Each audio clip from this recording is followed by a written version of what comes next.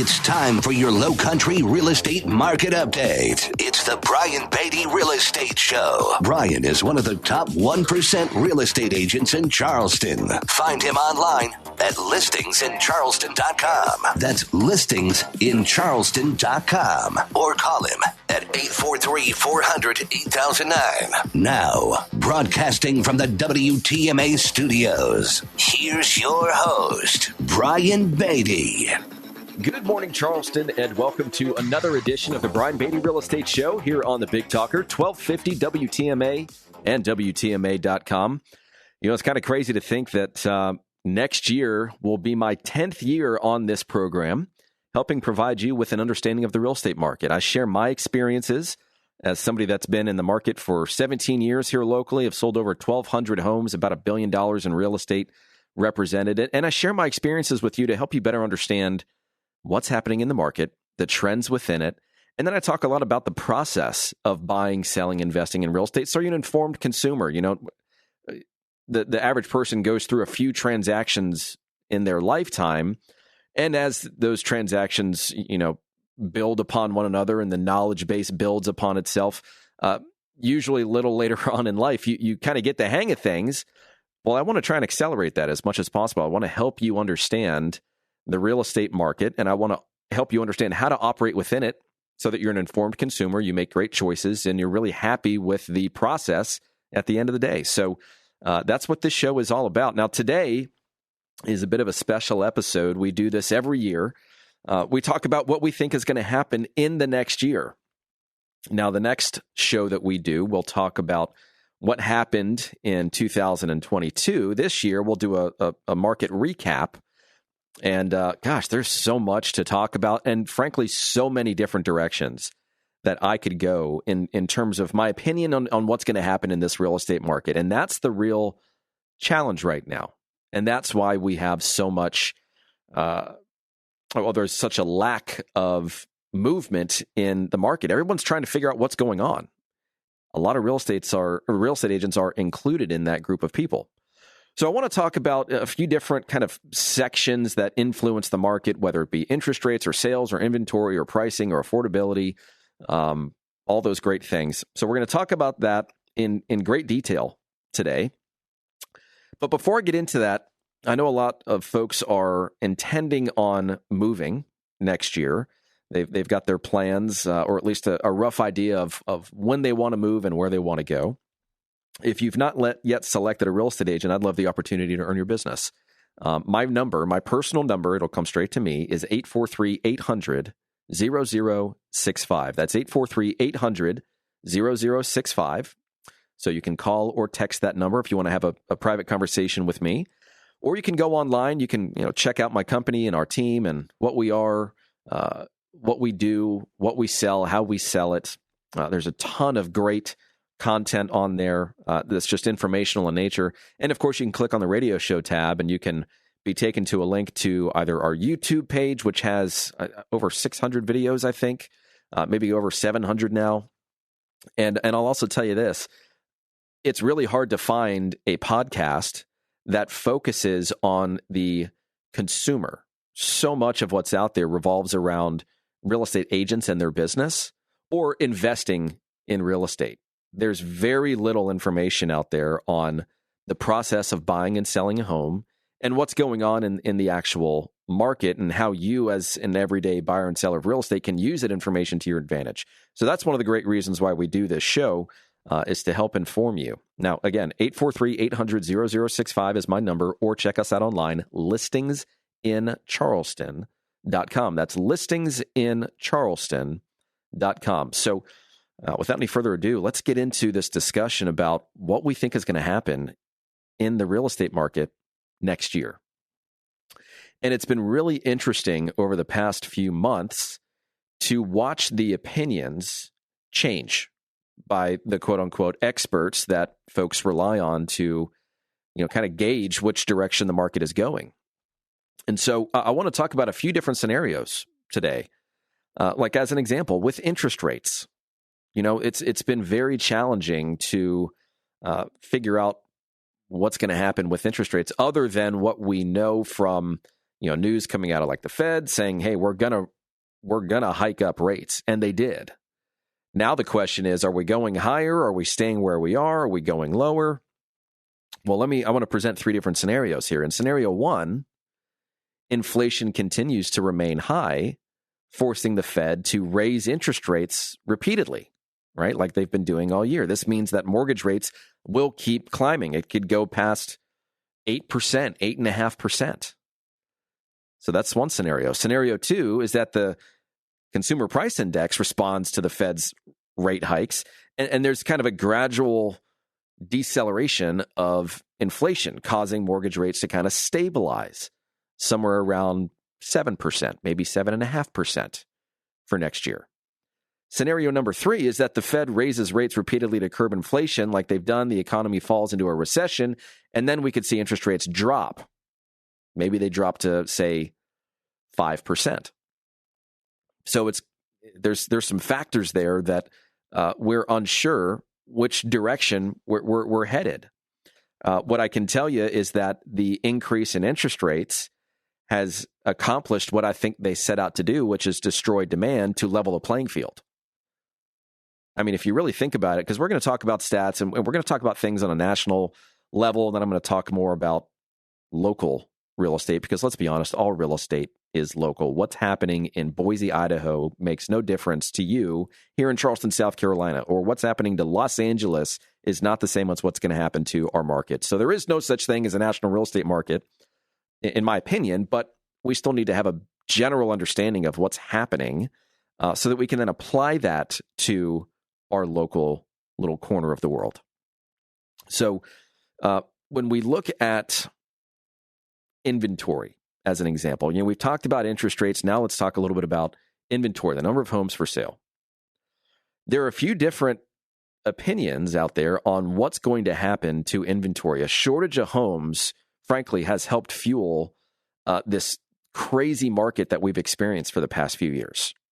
But there are, again, there are some differing opinions and projections for next year as it relates to inventory. I mean, if you look before the housing crash of 2008, inventory peaked at like a 13-month supply nationwide, which is about twice as much as what we would label a healthy market, where you've got about 6 months supply of inventory, meaning if nothing else hit the market, in about 6 months, we would sell out of all inventory, right? Obviously, that's not going to happen, but that's what they kind of label as a healthy, normal, balanced market. There's no real upward or downward pressure on supply, demand, pricing. Things basically just increase in line with inflation, right? So today we have, depending upon which market you're looking in, you've got a 1 to 3 month-ish supply of inventory, which is about half of what we need. Current homeowners are, frankly, unlikely to trade in their 3% mortgage for a home with a 7% mortgage unless they absolutely have to, or there's a really good reason for them to want to move, or frankly, they can just afford to do it. That they've done well through the pandemic, and it's time for them to upgrade. But for a large portion of the population, that's just not going to happen. And on top of that, builders have scaled back on housing starts for the past several months. So that means that we're not likely to see a huge boost in supply, especially from the new construction side, anytime soon. But, depending upon who you ask, others are saying that supply is going to increase next year because homes will become even more affordable due to high interest rates and a lack of wages keeping up with the cost of housing. There are a lot of people out there that have lived in their home for, let's call it 10 years. Their income hasn't changed all that much. Maybe they're on fixed income, but they've built a massive amount of equity. And they're saying, you know what? Now's the time. Let's cash out. Let's simplify our lives, or let's move somewhere else. And you've got a lot of folks here, especially locally, that are saying, this is not the Charleston that I have grown to love over the past 10, 20, 30, 50 years, how long they've lived here. And so they're saying, all right, well, this is a completely different area than what I fell in love with. It's time to cash out and maybe move to kind of like one of the bordering areas of Charleston. Maybe they go out to Allendale, or they go to Hollywood, or they just find some place with a little more peace and quiet rather than the hustle bustle of, say, the middle of Mount Pleasant, right? So what that does is that impacts really everything. But let's look at affordability for a second. Will homes continue to remain financially out of reach for a lot of purchasers next year? Or will it be a little bit better? Will the scenario in which you go and buy a home be a little more favorable for a buyer? Well, I can tell you right now that we're already seeing sellers adjusting their listing prices and their mentality as if we are headed into a buyer's market. And a classic example or an example that I just came across yesterday was I was running a search for somebody. So, an old fishing buddy of mine referred me to someone that's moving to the area. So we chat, learn more about what she's looking for. And in the area and price range that she can afford, I pulled a list of about 30 homes. And I said, hey, here's the initial list. Here's literally everything available. Let's take a look. Tell me what you like, what you don't like. I don't want to exclude anything yet. I just want to gain a better understanding of what you like and what you don't like so that I can then start editing my search from there based on that feedback. And what was really interesting is that in that list of about 30 homes, at least 10 of them had language in the listing about the seller being motivated or being open to offers or being negotiable. Or, there was one that said seller needs to sell. 6 months ago, or in the beginning of this year, you would never have seen that kind of language because that property would have sold in a few days regardless. It would have been more than likely a bidding war like so many people were used to. But as interest rates have gone up along with home prices and wages haven't kept in line with that, we've had an affordability issue, and it's been getting worse and worse and worse over time. So if inflation pressures ease and we see a meaningful pullback in mortgage rates next year, that's going to ease some of the strain on some of these buyers, but only a little bit. Prices are still going to be fairly steady, in my opinion. I don't think we're going to see a massive drop in prices because of the fact that we just don't have enough inventory. Now, if inventory doubles or triples or quadruples, which I don't see happening, but I suppose it could, then yeah, we're going to have more affordability. We're going to have more of a buyer's market, and prices will come down. But as it stands right now, it looks to me as though home prices are going to stay fairly steady. They will probably come down a few percentage points in total, right, across the board. But I'm going to provide a slight edit to that opinion based on different types of markets, and we're going to get into that in just a second. But back to affordability, I don't think home prices are going to fall kind of proportionally. If any fall in prices will not be enough to offset the rising interest rate and its contribution to the monthly payment. I think as a result, homes may even seem less affordable. Again, it's going to depend on which of the three scenarios we experience as it relates to interest rates. Are they going to go up, stay the same, or come down? But obviously, the impact of higher interest rates and lower home prices next year, they're going to kind of cancel each other out. Overall, home affordability won't change all that dramatically unless one of those scales tips very heavily, right? Inventory or interest rates. So I think it's really important to understand that this opinion that I'm providing is more of a national opinion. It's a global opinion. It's a macro opinion, if you will. What we need to understand is that real estate is local. It's hyper-local. And so I want to talk about a few different types of markets and how they are impacted as markets change. And we're going to do that when we come back.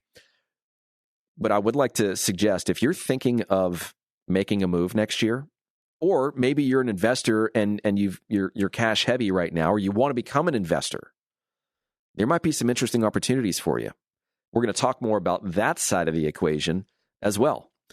But if you'd like to reach out to me and you have some questions, you want to just have a chat about your specific scenario, we'll try and make sense out of the market, the direction, and how to take advantage of it, then please give me a call, 843-800-0065. That's 843-800-0065. Or check us out online at listingsincharleston.com. That's listingsincharleston.com. Stick around for more of the Brian Beatty Real Estate Show right here on the Big Talker, 1250 WTMA and WTMA.com. Hear the Brian Beatty Real Estate Show every Saturday morning at 9 and each Sunday morning at 10 on 1250 WTMA and WTMA.com.